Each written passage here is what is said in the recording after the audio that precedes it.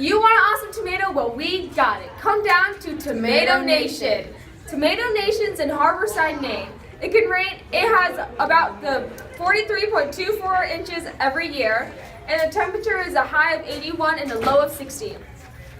Our tomato plantation is a genetically made tomato breed. It gets crossed with the Big Boy, the Cherry Red tomato, and the Red Cup tomato.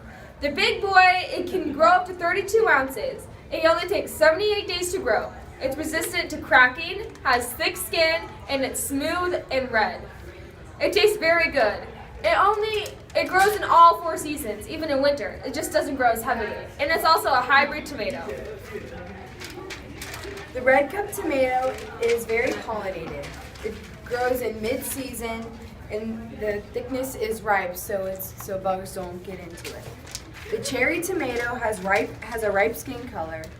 They are usually found in salads, and they are disease resistant, and they can have up to at least 25 to 40 seeds.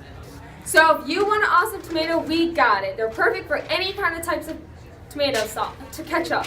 So come down to Tomato Nation today.